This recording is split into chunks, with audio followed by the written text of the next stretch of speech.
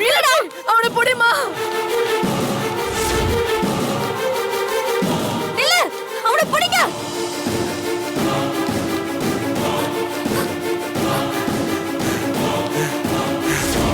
புடிங்க.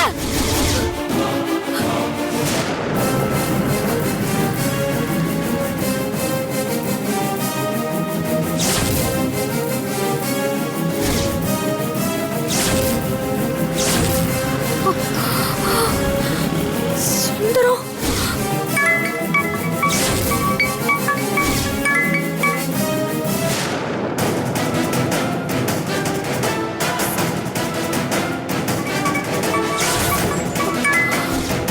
என் தாலி செயின் அறுத்துட்டு போறானே. மீனாட்சி அவனை புடிமா.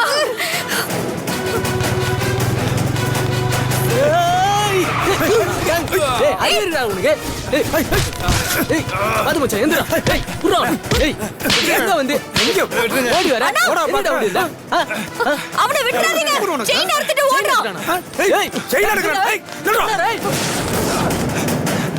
வாங்கிட்டேன் வைஷோ.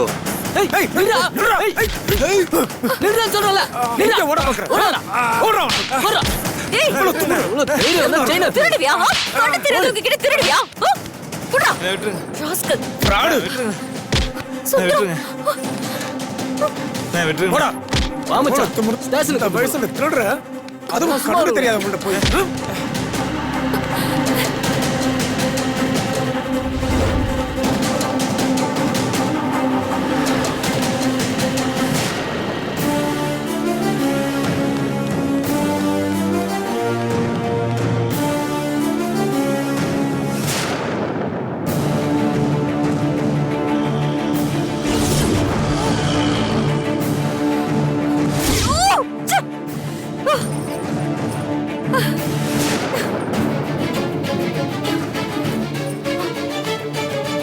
என் தாலி என்னாச்சு தெரியலையே. என் தாலி அறுத்துட்டு போயிட்டானே. என்னாச்சு மீனாட்சி? மீனாட்சி அழாதீங்கம்மா. உங்க தாலி நான் காப்பாத்திட்டேன். ரொம்ப நன்றிம்மா. நீங்க வாங்க போலாம். நீங்க பாத்து இருங்க. போங்க. பாத்து பாத்து.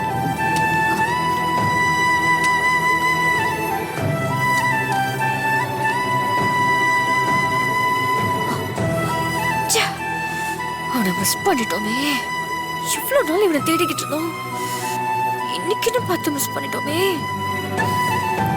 போலாமா மீனாட்சி?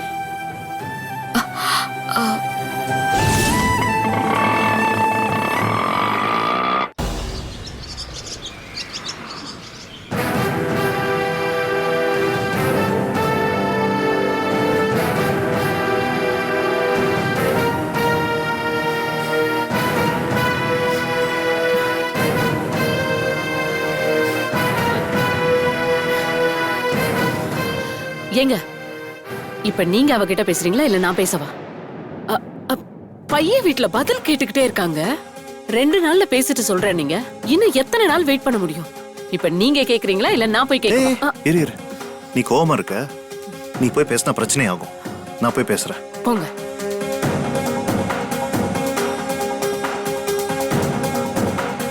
திவ்யாமா. அப்பா உங்ககிட்ட கொஞ்சம் பேசணுமா? சொல்லுங்கப்பா.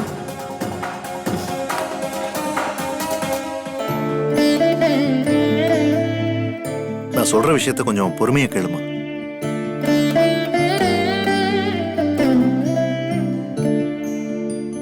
அப்பா நீங்க சொல்ற பில்டப்ப பார்த்தா ஏதோ சீரியஸான மேட்ரு மாதிரி தெரியுது. சீரியஸ்னு சொல்ல முடியாது. லைஃப்ல இது ஒரு பார்ட். இந்த மாதிரி சிச்சுவேஷனை நாங்கெல்லாம் கிராஸ் பண்ணிட்டு வந்திருக்கோம் இல்ல? இந்த சிச்சுவேஷனை நான் எப்படி கிராஸ் பண்ண போறேன்னு தெரியலப்பா. சரி என்ன சொல்லணும் சொல்லுங்க.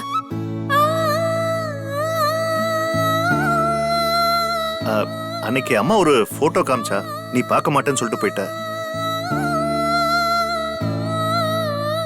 பார்மா, நீ அன்னைக்கு வெளியே போயிட்ட, நீ பார்க்க முடியல. இப்போ நாச்சே அந்த போட்டோ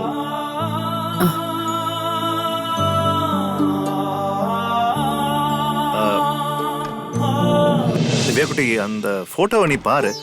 பார்த்துட்டு உனக்கு ஓகேன்னு சொன்னா அந்த பையனை வீட்டுக்கு வர சொல்லிட்டு பேசலாம். அங்க சுத்தி இங்க சுத்தி கடைசியில விஷயத்துக்கு வந்துட்டாங்க. அருள் இத பத்தி சொன்னா சீரியஸாவே எடுத்துக்க மாட்டான். வீட்ல என்னடான்னா மேரேஜுக்கு ஃபிக்ஸ் பண்ணிட்டு இருக்காங்க. இப்ப என்ன பண்றது?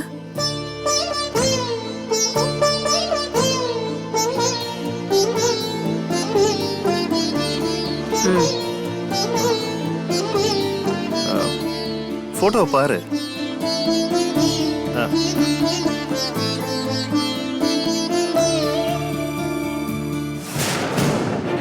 இத வேண்டான்னு சொல்லிட்டோம்னா அப்புறம் இன்னொரு மாப்பிளைய கொண்டு வந்து காட்டுவாங்க.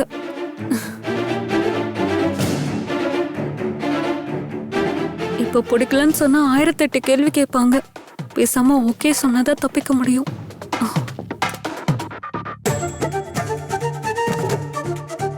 ஓகேப்பா, சந்தோஷம். நான் அவங்கள வர சொல்றேங்க. நான் சொன்ன ஓகே வேற.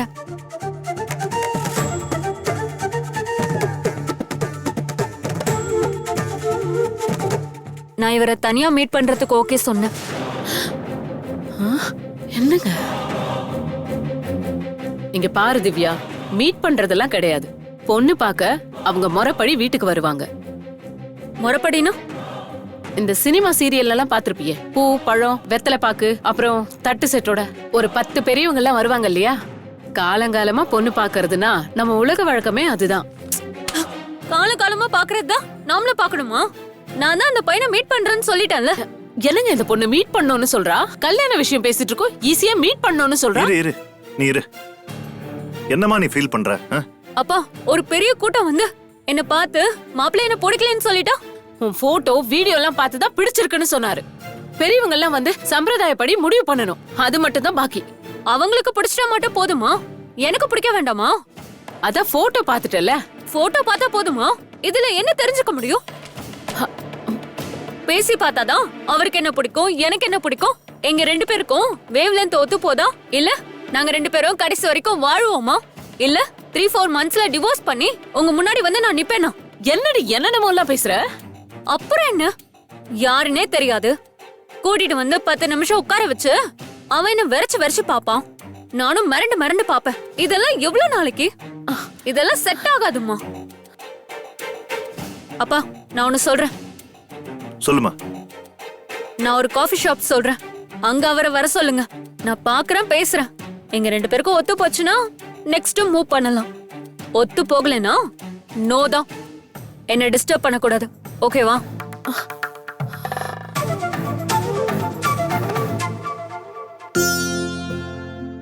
ஓகேமா. அப்படின்னா 10 மணிக்கு வர சொல்லுங்க. என்னங்க? ஏ திவ்யா, திவ்யா, ஏய் என்னங்க அவ பாட்டுக்கு படபடன்னு பேசிட்டு போயிட்டே இருக்கா? அவ என்ன மாட்டேன் நான் சொன்னா, பாக்குறேன்னு தானே சொன்னா. பிடிச்சிருந்தா மூவ் பண்ண சொல்றா. அதோட விட இது பாரு, மாப்பிள்ளைய பார்க்க ஒத்துக்கிட்டால, அப்புறம் என்ன உனக்கு? இருந்தாலும் 2 பேரும் தனியா எப்படிங்க? ஒரு நிமிஷம் நான் சொல்றத கேளு. திவ்யா சொன்னது கரெக்ட் தான். கூட்டமா வந்து அவங்களுக்கு முன்னாடி இவள பிடிக்கலன்னு சொன்னாலும் இவ பிடிக்கலன்னு சொன்னாலும் மொத்தத்துல இது ஹர்ட் ஆற விஷயம் தானே. இது பாரு, இது ஒரு ஃப்ரெண்ட்லியான ஒரு மீட்டிங் தான். பிடிச்சா நல்லது, பிடிக்கலனா ஹாய் பாய்னு சொல்லிட்டு போயிட்டே இருக்கலாம்ல. இது பாரு, ஆக்சுவலா அவ சொன்னது நல்ல கான்செப்ட். இதைத்தான் நாமளும் பண்ணிருக்கோம். நம்ம காலத்துல எல்லாம் கூட்டத்தை கூட்டி வேற வழியே இல்லாம ஆமான்னு சொல்ல வச்சிருக்காங்க. ஆனா அந்த மாதிரி இந்த காலத்து பிள்ளைங்களும் பண்ணணுமா சொல்லு? புரிஞ்சுக்க. நான் சொல்ற காஃபி ஷாப் லொகேஷன் அந்த பையனுக்கு அனுப்பு, அவ்வளவுதான். ஓகே?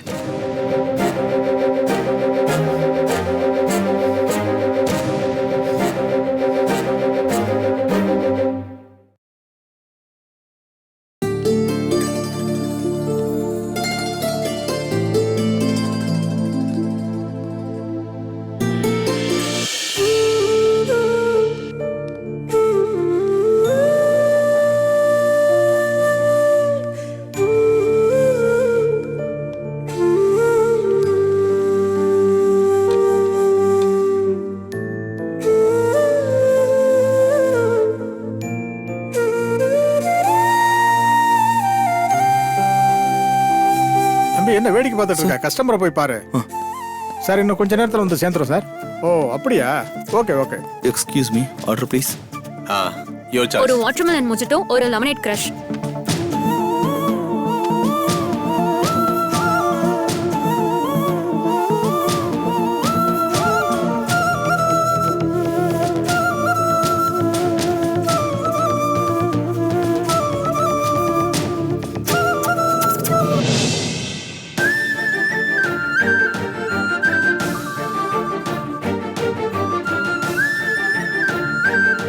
ஆமா, என் போட்டோ பார்த்ததும் என்ன உங்களுக்கு பிடிச்சிருந்துச்சா? ஆக்சுவலி எனக்கு மட்டும் இல்ல, எங்க ஃபேமிலியில எல்லாருக்கும் உன்னை பிடிச்சிருச்சு. அதான் உடனே கால் பண்ணி பேசணும். நீ மீட் பண்ணணும்னு சொன்ன, நான் கிளம்பி வந்துட்டேன். உடனே இந்த காஃபி ஷாப் வந்துட்டோம். ஆனா நீ இவ்ளோ சீக்கிரம் மீட் பண்ண வருவோன்னு நான் எதிர்பார்க்கல. ஆர்டரை கொஞ்சம் குயிக்கா எடுத்துருவாங்க. நோ ஃபியூச்சர் பத்தி நிறைய பேசணும். சோ கொஞ்சம் டைம் எடுத்தே கொண்டு வாங்க ப்ரோ.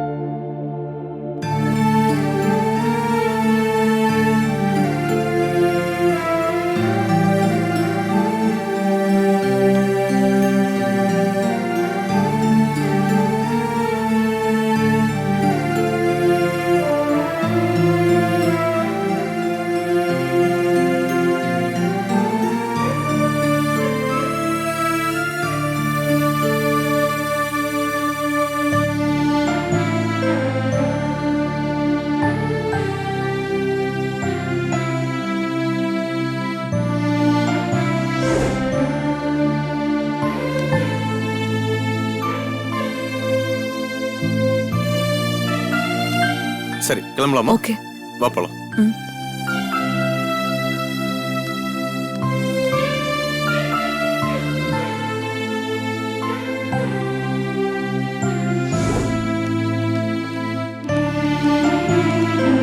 ஓகே திவ்யா, நான் கிளம்புறேன். ஓகே, பாய். பாய்.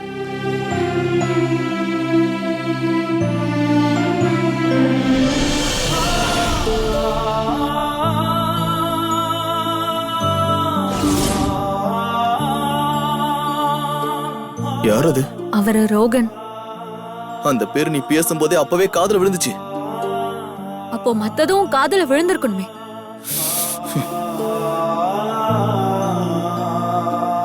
இப்படி பேசாம இருந்தா எப்படி? என்ன திடீர்னு? அவங்க அப்பா எங்க அப்பாவோட ஃப்ரெண்டு. அவங்க ஃபேமிலிக்கும் எங்க ஃபேமிலிக்கும் பேச்சுவார்த்தை நடந்திருக்கு. என் போட்டோ காட்டியிருக்காங்க, பிடிச்சு போயிருக்கு. மீட் பண்ணணும்னு சொன்னான், அதான் கூட்டிட்டு வந்தேன். அவ்வளவுதானே? என்ன அவ்வளவுதானே? உனக்கு சீரியஸ்னஸ் புரியுதா இல்லையா? எங்க வீட்ல எனக்கு மாப்பிள்ளை பார்க்க ஆரம்பிச்சிட்டாங்க. இதுக்கு முன்னால பார்த்த மாப்பிள்ளை எல்லாரையும் நான் வேற ஏதோ ரீசன்லாம் சொல்லி தள்ளி போட்டுக்கிட்டே வந்தேன். பட் இந்த ரோஹனை நோ சொல்றதுக்கு எந்த ரீசனுமே இல்ல. என்ன திவ்யா இப்படி பேசுற? ரீசன் இல்ல, அவ்வளவுதான். நான் ரோஹன் கிட்ட வேற மாதிரி பேசி புரிய வச்சுட்டேன். அவனும் புரிஞ்சுக்கிட்டு போயிட்டான். இது வரைக்கும் எங்க அப்பா எனக்கு மாப்பிள்ளை பார்த்தப்போலாம் நான் உன்கிட்ட ப்ரெஷர் கொடுக்கல. ஆனா இப்போ நான் ஏன் ப்ரெஷர் கொடுக்கறேன்னு கொஞ்சம் புரிஞ்சுக்கோ. எங்க அப்பா ஏதோ ஜோசியம் பார்த்தாராம். அவரு இன்னும் 3 monthsல எனக்கு கல்யாணம் பண்ணணும்னு சொல்லிட்டாரு. அப்போ உங்க அப்பா கிட்ட நம்ம லவ் மேட்டர் பேசிடு. என்னன்னு பேசுறது? மாப்பிள்ள காஃபி ஷாப்ல வேலை பாக்குறாரு, ஃபியூச்சர்ல காஃபி ஷாப் ஓனர் ஆயிடுவாருன்னா ஃபியூச்சர்ல காஃபி ஷாப் வச்சிருவான்னு சொல்லணுமா? சொல்லு. இங்க பாரு அருண், நீ என்ன பண்ணுவே எனக்கு தெரியாது. உனக்கு 3 months தான் டைம். அதுக்குள்ள நீ காஃபி ஷாப் ஓபன் பண்ற. அப்போதான் நானே என் அப்பா கிட்ட நம்ம விஷயத்த பேச முடியும். நம்ம இருக்கிற நிலைமையில காஃபி ஷாப் ஓனரா? ப்ளீஸ் அருள், என்னால உன்னை மிஸ் பண்ண முடியாதுடா. எனக்காக நீ எஃபர்ட்ஸ் போட்டு சீக்கிரம் காஃபி ஷாப் ஓபன் பண்ணுடா ப்ளீஸ். லவ் யூ அருள்.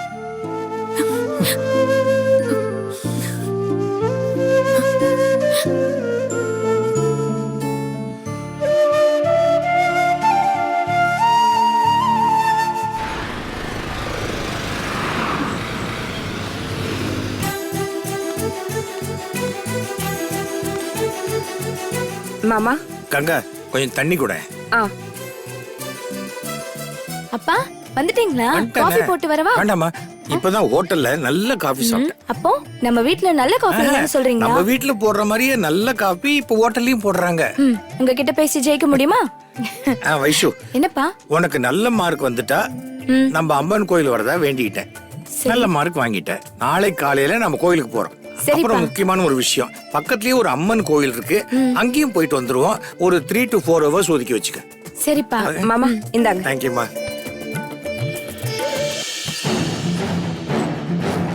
ஆஹா, காலையில 2 பேரும் கோவிலுக்கு கிளம்புறாங்களா? ஓகே, அப்ப நாளைக்கு அந்த வேலையை முடிச்சிடலாம்.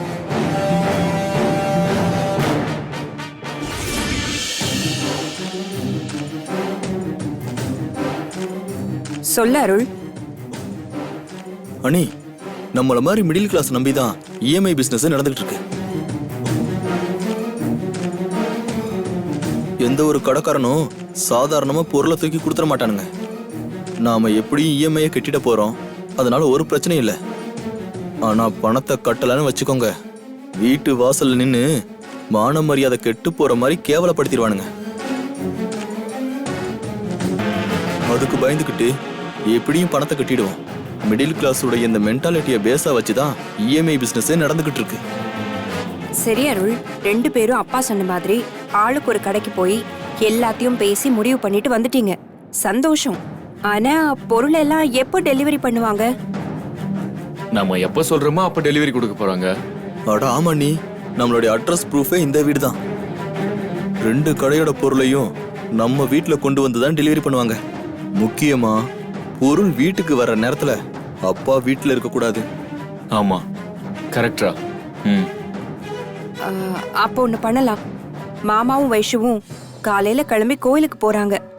அதனால நாளைக்கே பொருளை டெலிவரி பண்ண சொல்லிடலாம். ஆனா அண்ணி, அப்பா கோயிலுக்கு போயிட்டு சீக்கிரமா வந்தா சிக்கலாயிடுமே. அப்படின்னா 2 கடையில இருந்து ஒரே நேரத்துல பொருளை டெலிவரி பண்ண சொல்லக்கூடாது. 2 கடைக்கும் 1 மணி நேரம் டிஃபரன்ஸ் சொல்லணும். டே ஆமாண்டா, எப்படியும் இதுக்கெல்லாம் 3 மணி நேரம் ஆகும். அப்பா அது வரைக்கும் வீட்டுல இருக்க கூடாது. என்னங்க, மாமா அம்மன் கோயிலுக்கு போயிட்டு பக்கத்துல 2 கோயில் போகணும்னு வைஷு கிட்ட சொல்லிட்டு இருந்தாரு. அதனால மாமா வீட்ல இருந்து கிளம்பி கோவிலுக்கெல்லாம் போயிட்டு நம்ம வீட்டுக்கு வர்றதுக்கு கண்டிப்பா ஈவினிங் ஆயிடும். அப்போ நாளைக்கு பொருளை வர வச்சு கை மாத்தி விட்டுருவோம். ஓகே, டன்டா. அப்போ நான் ஆர்டர் பண்ண கடைக்கு ஃபோன் பண்ணி 11 மணிக்கு வர சொல்றேன். நீ போன கடைக்கு ஃபோன் பண்ணி 12 மணிக்கு வர சொல்லு. ஓகேடா, நான் சொல்லிடுறேன்.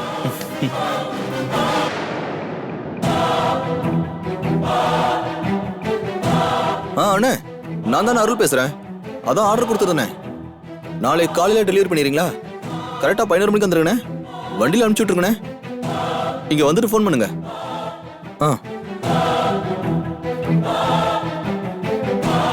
டெலிவரி பண்றவங்களுக்கு ஃபோன் பண்ண மாதிரி பொருள் எடுத்துட்டு போறவங்களுக்கு ஃபோன் பண்ணி 1 மணிக்கு வந்துட சொல்லுங்க.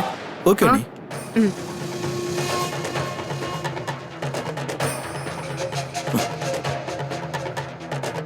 டேய், என்னடா ஆச்சு? ரிங் போதுரா.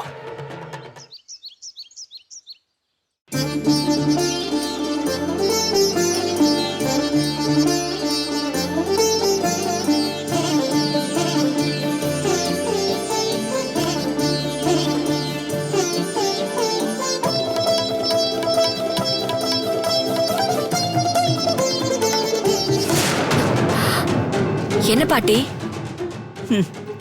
நீயும் நாள் கிழமை தவறாம விளக்கேத்தி வேண்டிக்கிட்டு தான் இருக்க. ஆனா கடவுளுக்கு உன் மேல கருணையே இல்லையே மீனாட்சி. சுந்தரத்தை கண்டுபிடிக்கிறதுக்கு தானே இவ்வளவு நாளா நீ ஆட்டோ ஓட்டி கஷ்டப்பட்டுக்கிட்டு இருந்த. அந்த ஆளு உன் கண்ணுல படும்போது ஏன் கடவுள் உனக்கு இப்படி ஒரு நிலைமைய தரணும்? அந்த அயோக்கிய பைய சுந்தரத்தை தேடி எவ்வளோ கஷ்டப்பட்டுக்கிட்டு இருந்த. அவனை பார்த்ததும் ஓடி போய் அவன் சட்டைய பிடிச்சிருக்கலாம்ல. நீ ஏண்டி அதை பண்ணல? இத்தனை நாள் அந்த சுந்தரம் எங்க இருக்கான், எப்படி இருக்கான், இருக்கானா இல்லையான்னு கூட பல தடவை நான் யோசிச்சிருக்கேன். ஆனா இப்போ அந்த சுந்தரம் இருக்கான், நல்லா இருக்கான்னு அந்த கடவுள் கண்ணுல காமிச்சிட்டார்ல. இனிமே அந்த சுந்தரம் என்கிட்ட இருந்து தப்பிக்கவே முடியாது, நிம்மதியா வாழவும் முடியாது. அப்பாவோட சாவுக்கு அந்த சுந்தரம் கண்டிப்பா பதில் சொல்லி ஆகணும். என்ன ரொம்ப கஷ்டப்படுத்திருக்கான், அதுக்கான தண்டனைய அவன் அனுபவிச்சு தீரணும். ஆமா மீனாட்சி, அவனை சும்மாவே விடக்கூடாது.